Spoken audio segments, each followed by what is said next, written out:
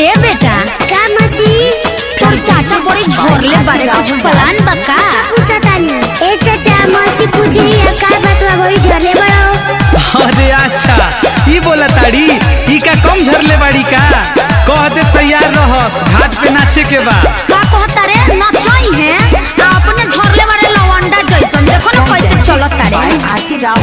चाचा तोहर चल देले घाट पसबर बहंगी लचक के जैसे लचक के कमर। ए तनी सोच के बोला काहेला आके राहुल राज चाचा तोहर चल देले घाट पसबर बहंगी लचक के जैसे लचक के कमर। ए बबुआ मसी हाय देख ले चले के चाल देखो ना लड़की जैसन चलत है। अरे बबुआ तोरा मौसी पे नोट औछाई और गंगा जी में फेंकाई। देहब 500 के नोट हम औछी के रे देहब 500 के नोट हम औछी के रे बेटा घाट पे नचाइब तोरा मौसी के रे बेटा घाट पे नचाइब तोरा मौसी के रे।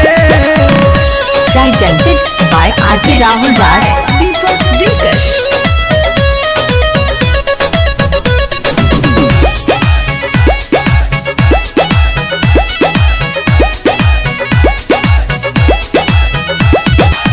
पियरी पहिर के लागेले गजब इनके क्या देखता रहिया में सब।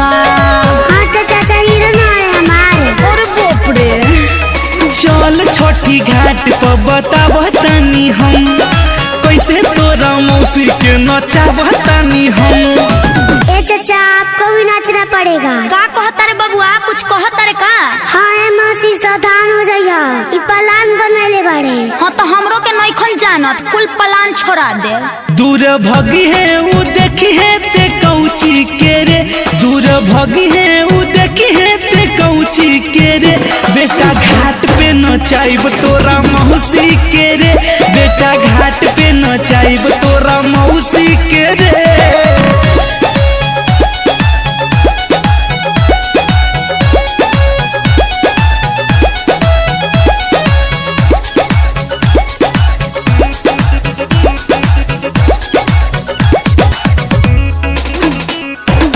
चाचा से कही देना बोले के ढेर घाटे पर खुल जाए धोती अनेर।